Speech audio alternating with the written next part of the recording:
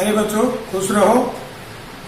जैसा कि पीछे की वीडियोज में आपने पढ़ा, उसी क्रम में हम आज और नए वीडियो लेकर के आए हैं। आशा करते हैं कि आपने जो अभी तक पढ़ा है उसमें बहुत कुछ सीखा होगा, सीख पाए होंगे। आज एक नया टॉपिक लेकर के हम आए हैं, घात और घातांक। इसमें क्या होता है कि बड़ी बड़ी संख्याओं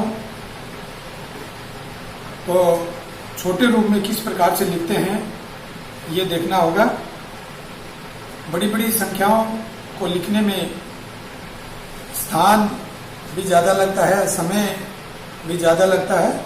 तो उन चीज़ों का ध्यान रखते हुए कम से कम समय में कम से कम जगह में ज़्यादा से ज़्यादा सवाल हल किए जाएं, वो बातें आपको बताई जाएंगी। कुछ क्वेश्चन भी लेकर के और कुछ जो मेन बातें होती हैं उनको मद्देनजर रखते हुए आज का टॉपिक है घात व घातांक। जैसे बड़ी बड़ी संख्याओं को जोड़ करके हम देखते हैं तो उसमें बहुत ज़्यादा समय लगता है। देखिए उदाहरण के जरिए, जैसे आप संख्याओं को यूं प्लस करते हैं। देखिए 3 + 3 + 3 + 3, ये 3 की संख्या 4 बार यहाँ प्लस हुई है।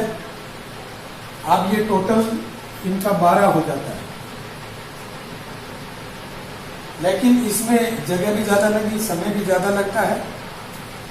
तो इसको हम छोटे रूप से कैसे लिखेंगे कि कुल कितने बार सीरीज में आया है। 1 2 3 4 बार आया है। तो अब हम इसको कैसे लिखेंगे कि 3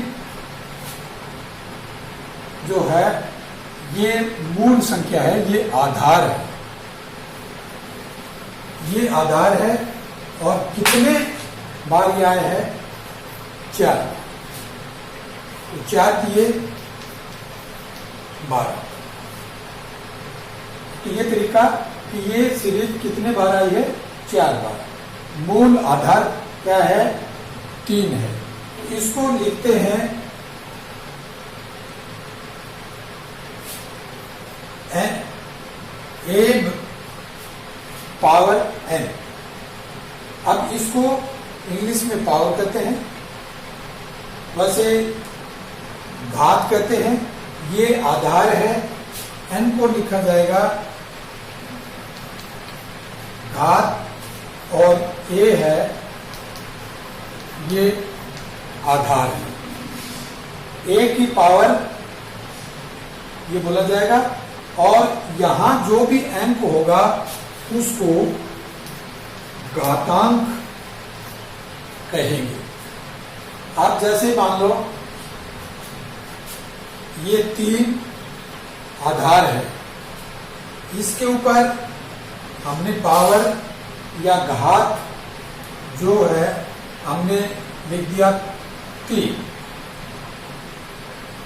तो इसका मतलब ये हुआ कि 3 जो है वो 3 बार मल्टीप्लाई होगा। 3 बार मल्टीप्लाई होगा, क्योंकि 3 की पावर 3 है। इसको दूसरे रूप में भी लिख सकते हो, जैसे 3 की पावर मान लो हमने 5 दे दी, तो अब इसको 3 गुणा 3 गुणा 3 गुणा, ये कितने बार करोगे? 5 बार। जो भी आएगा वो उसके गुणनखंड के रूप में ये होंगे। तो मेन चीज आपके लिए है, इस चीज को समझो कि भाई a आधार, ये n पावर, और पावर की जगह जो भी संख्या होगी वो घातांक को कहलाएगी। इस प्रकार से हम इसको कहेंगे गुणांक विधि।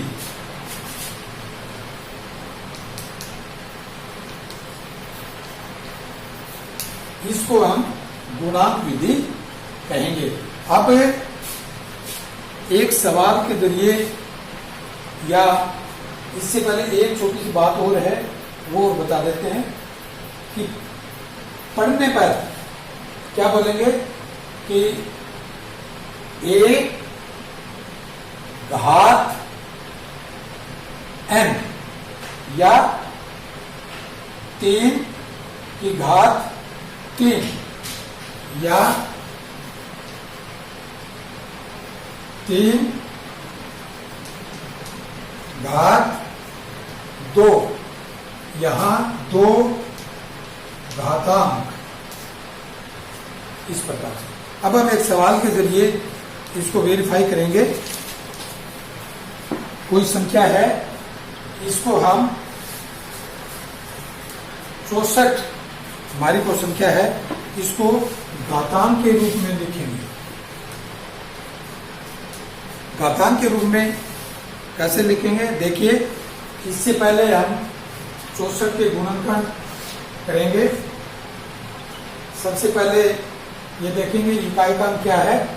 इकाई का अंक सब में है, ये 2 से पूरा भाग लग जाएगा इसमें। 2 3 6, 2 दूनी 4, फिर 2 से जा रहा है क्योंकि इकाई का अंक 2 है।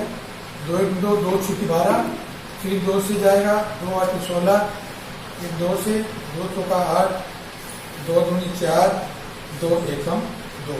ये तब तक करते रहो जब तक यहाँ 1 नहीं आ जाए। अब यहाँ लिखोगे 64 बराबर 1 2 3 4 5 6, 2 गुना 2 गुना 2, 1 2 3 4 5 6। अब ये जो है गुणनखंड 2 गुना 2 2 गुना 2, इस प्रकार से ये 6 आया है। अब इसमें देखिए, इनको देखते हैं कि 2 कितने बार आया है, ये देखना है। 2 कितने बार आया है, 2 आया है 6 बार। अब ये 2 आधार हुआ, ये घातांक हुआ।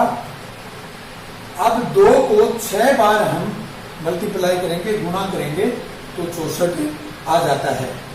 देखिए 2 दूनी 4, 4 दूनी 8, 8 दूनी 16, 16 दूनी 32, 32 दूनी 64।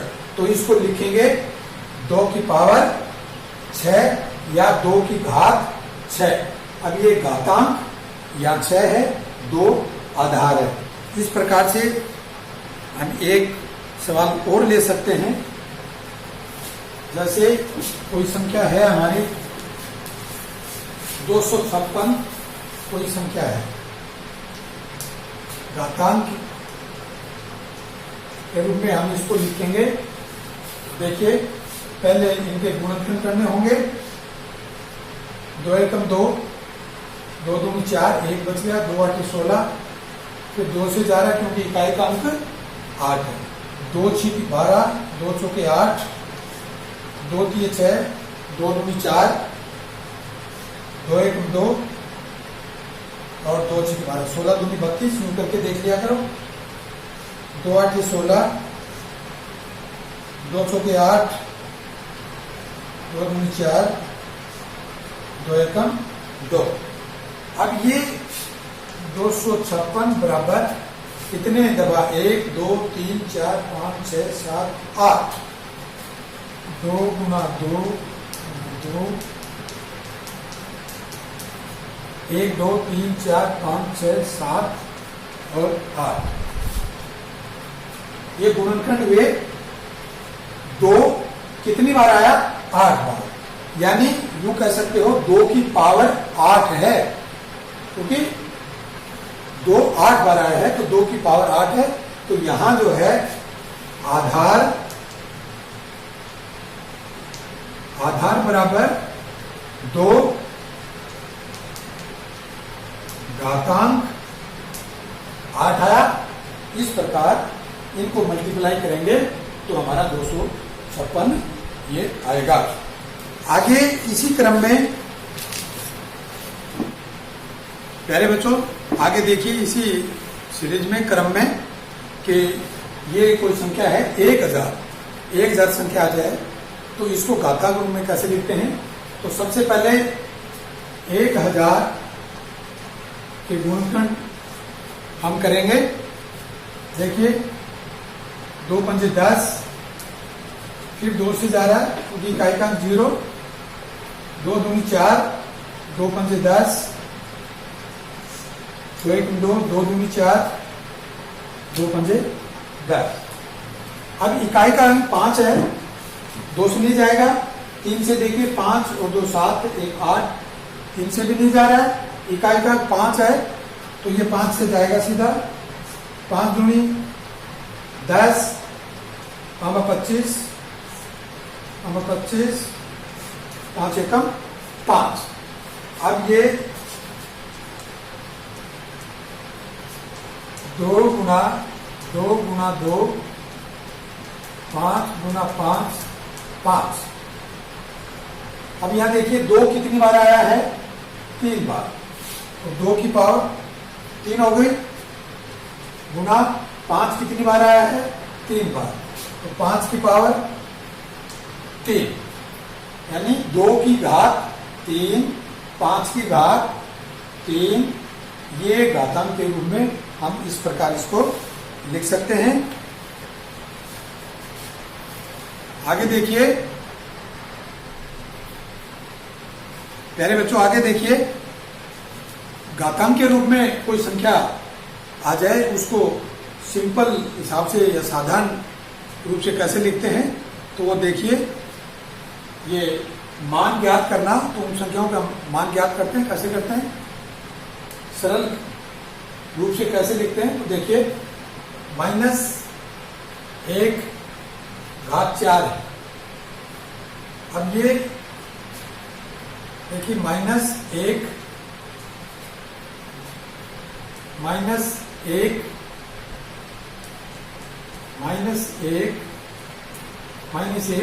क्योंकि 1 की घात 4 है, 1 की पावर 4 है, तो 4 बार लिखा जाएगा। 1 2 3 4। अब इसको घात देखी जाएगी कि वो सम में है या विषम में। तो इसका एक सूत्र यहां लिखा हुआ है।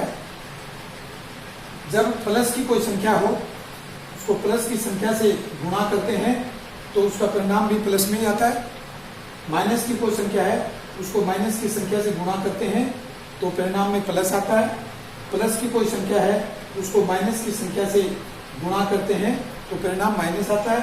माइनस की कोई संख्या है, उसको प्लस की संख्या से गुणा करते हैं तो माइनस आता है। तो इसका सीधा सा यही अर्थ है कि पावर अगर सम है,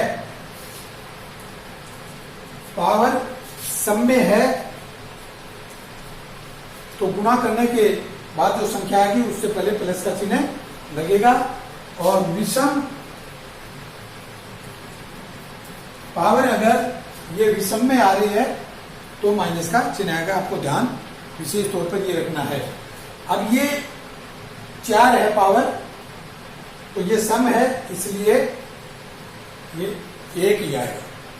ये 1 के पीछे अगर कोई चिन्ह नहीं है, कोई भी संख्या हो, किसी भी प्रकार की कोई भी संख्या हो, अगर वो सीधे रूप से लिखी हुई है, कोई चिन्ह नहीं दिया हुआ है, इसका मतलब ये होता है कि वो संख्या वो प्लस की है। नॉर्मली ये याद रखो कि कोई चिन्ह नहीं लिखा हुआ तो वो प्लस की मानी जाती है। अब दूसरा जैसे इसी रूप में हम लेंगे।